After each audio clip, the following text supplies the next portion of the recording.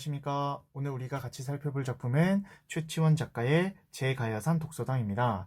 먼저 최치원이라는 작가에 대한 설명이 먼저 필요할 것 같습니다. 이 최치원은 신라시대 말기 인물입니다. 당대 신라에는 신분제가 굉장히 엄격히 적용되었는데 당시 최치원은 여기 써 있는 것처럼 제가 미리 써놨습니다. 이 육두품에 해당하는 인물이었습니다. 그래서 최치원 본인은 매우 뛰어난 사람이었지만 어떤 그 신분의 한계로 인해서 제 뜻을 모두 펼치지 못했던 아주 비운의 인물입니다. 이해되시나요? 그래서 이 본인은 매우 뛰어난 인물임에도 불구하고 이 세상이 신분이 낮았기 때문에 신분의 한계가 있었기 때문에 세상이 자신을 알아주지 않았으니 얼마나 이 심적 고통이 컸을까요? 그죠? 그래서 이 본인의 뜻을 펼치고자 이 당나라 유학길에 올라서 벼슬을 하다가 다시 고국으로 돌아옵니다. 아무래도 이 향수병이 있었나 봐요. 그죠? 이 신분의 한계가 있었기 때문에 이 속세로부터 떠나서 자연의 은거를 하기로 결심하며 쓴 작품이 바로 지금 우리가 살펴본 제가야산 독서당입니다. 이해되십니까? 이게 수능 특강에도 실려있는 한시 작품이고 또 최치원이 아주 유명한 작품이니까 정리를 좀 잘 해두시면 좋을 것 같습니다. 이해되십니까? 그리고 제가 또 옆에 써놨는데 이 갈래도 보시면 이 작품의 갈래는 한시입니다. 이 한시는 말 그대로 한자로 된 시가 문학을 한시라고 하는데요. 한시에는 형식이 있습니다.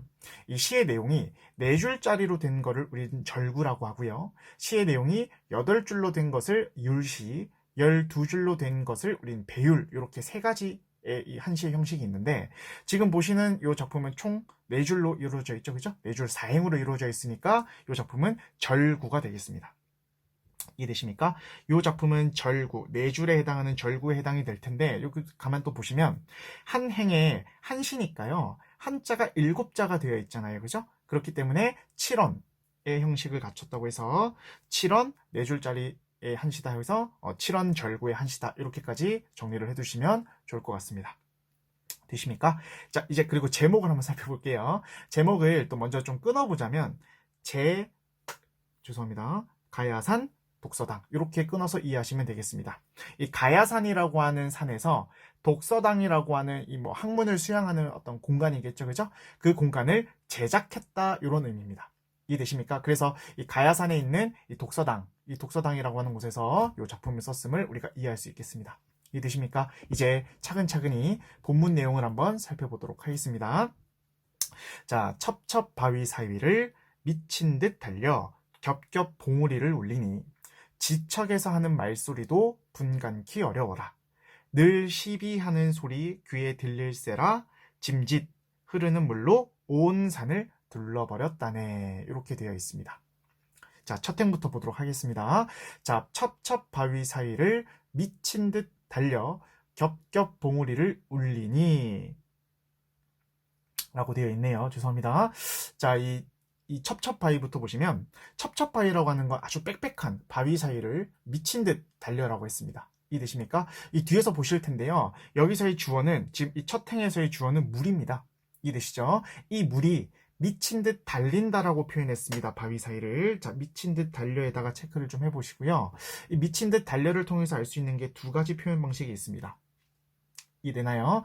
자, 먼저 첫 번째로 알 수 있는 게 환류법이 쓰였다라는 것을 우리가 알 수 있겠습니다.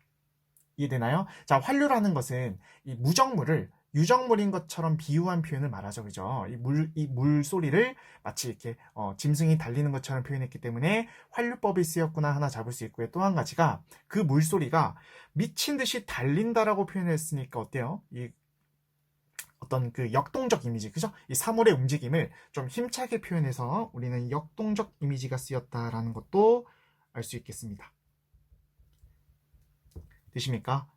자, 첩첩바위 사이를 미친 듯 달려 겹겹 봉우리를 울린다라고 표현했네요. 이때 울리니는 이 물소리가 아주 우렁차다라는 것을 알 수 있네요. 그죠? 그래서 이 울리니를 통해서 알 수 있는 게, 그죠? 청각적 이미지가 쓰였구나라는 것도 알 수 있겠습니다.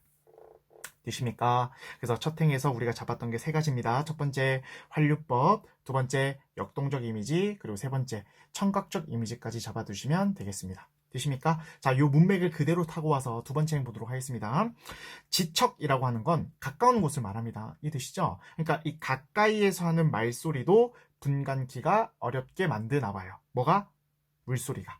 그죠? 그래서 이때 말소리라고 하는 건 이때 말소리는 속세에서의 사람들이 하는 어떤 그런 소리로 이해하시면 되겠습니다. 이해되십니까? 그러니까 속세에서 사람들이 하는 속세에서의 소리니까 이때 말소리는 부정적 시어로 쓰였다라는 걸로 우리가 이해하시면 되겠습니다. 이해되시나요?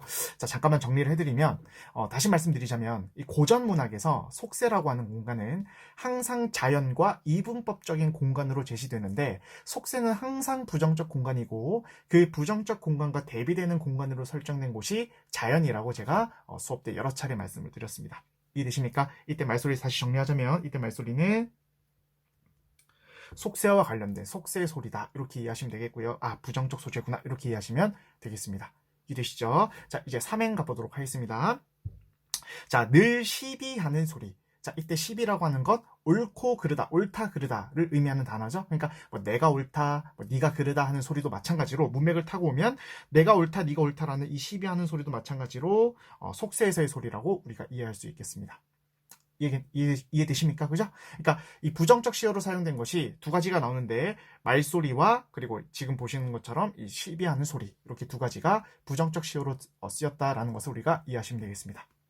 이해되십니까? 자, 이제 마지막 행 가볼게요. 자, 짐짓, 그러니까 일부러 이런 뜻입니다. 자, 드디어 물이 나왔어요. 자, 이 물로 온 산을 둘러버렸다네 라고 시행이 종결되고 있습니다.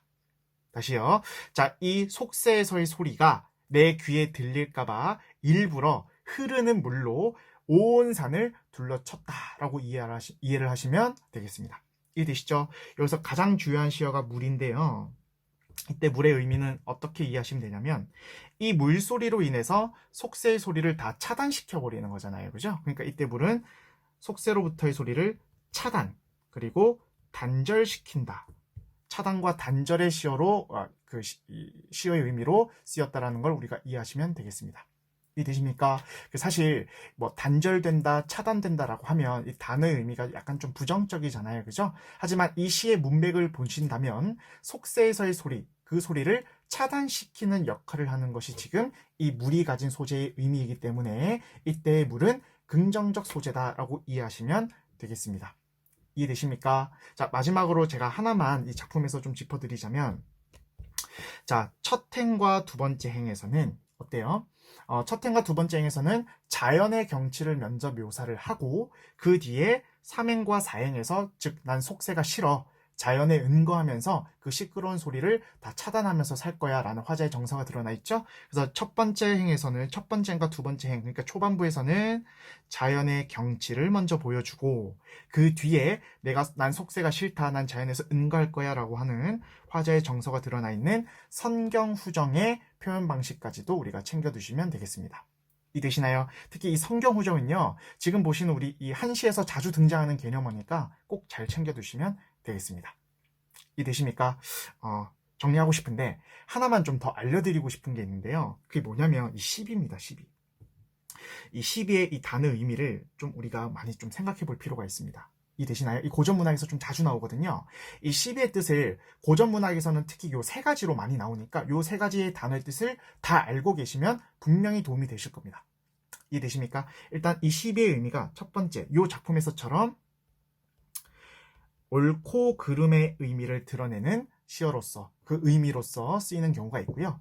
두 번째로 시비는 여자 종을 의미하는 뜻입니다. 이해되십니까? 그러니까 여자 하인, 여자 종을 가리키는 말을 시비라고도 하니까 이것도 고전 문학에서 자주 등장하니까 알아두셔야 됩니다. 남자 종은 뭐라고 하나요? 남자 종은 노복이라고 합니다. 이해되시죠? 그 다음에 세 번째로 여자 종, 그 다음에 세 번째로 이 시비의 뜻은 살인문을 뜻합니다. 살인문. 이해되십니까? 집에 들어가는 출입문으로 흔히 우리가 뭐 시비를 열어라 이렇게도 고전 문학에서 자주 나오니까요. 지금 제가 말씀드렸던 요 시비의 뜻 세 가지도 꼭 머릿속에 좀 잘 정리를 해두시고 가시면 충분히 도움이 될 겁니다. 자, 고생 많으셨습니다.